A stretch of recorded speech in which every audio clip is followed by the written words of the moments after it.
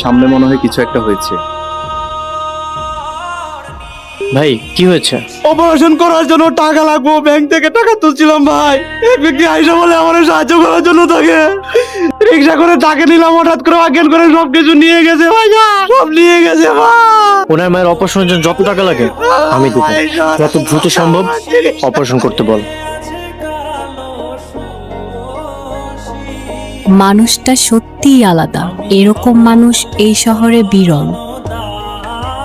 এই ছেলেটাকে তো আমি যে করেই হোক খুঁজে বের করবই, কিন্তু কিভাবে?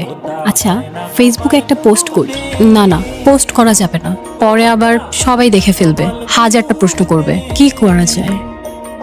যে ছেলেটা ছবি পাঠিয়েছিস তাকে তো আমি চিনি, সে আমার কাজিনের ফ্রেন্ড। কি বলছিস? সত্যি তুই ওকে চিনিস? শোন না দোস্ত, তুই আমাকে একটু ওর সাথে দেখা করানোর একটা ব্যবস্থা করবি, প্লিজ প্লিজ প্লিজ। আমি ভাইয়ার সাথে কথা বলে কালই তোর সাথে দেখা করিয়ে দেব।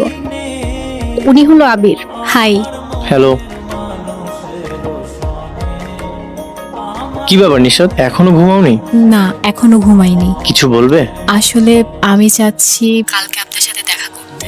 আপনি যেখানে যেখানে যাবেন আমিও আপনার সাথে থাকবো। কিন্তু তুমি তো অনেক ক্লান্ত হয়ে যাবে, আমি তো অনেক দৌড়ের উপরে থাকি, তুমি কিভাবে থাকবে? না না, আমার কোনো সমস্যা হবে না। আপনার মতো একজন মানুষের সাথে থাকতে পারলে আমার কোনো ক্লান্তি আসবে না। ঠিক আছে, আগামীকাল তাহলে দেখা হচ্ছে। তোকে অনেক খুঁজে আজ বের করেছি, আজ আর পালাতে পারবি না। ভাই আমি তো কিছু করিনি, আমারে মাফ করে দেন।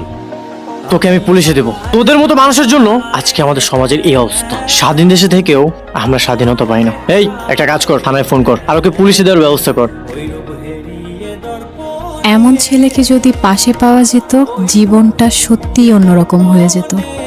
আবির না, ওই প্রতারক ছেলেটার এমন অবস্থা করেছে যে ওই ছেলেটার কখনো কোনো অন্যায় কাজ করতে পারবে না। আমি তো একদম দাঁড়িয়ে দাঁড়িয়ে দেখছিলাম, কি ভালো মানুষ সে। তুই আগে আমাকে ফোন দিতি, আড্ডা মারতি, এখন ওই ছেলেকে পেয়ে ভুলে গেলি আমাকে?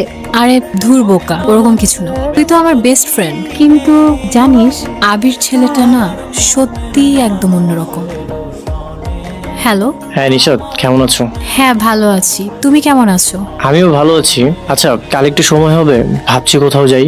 আসলে আমারও না তোমার সাথে দেখা করার প্রয়োজন ছিল, তোমার সাথে কিছু কথা ছিল। কি বলতে চাও এখনই বলো। সেটা কাল সামনাসামনিই বলবো। ঠিক আছে। ঠিক আছে, গুড নাইট।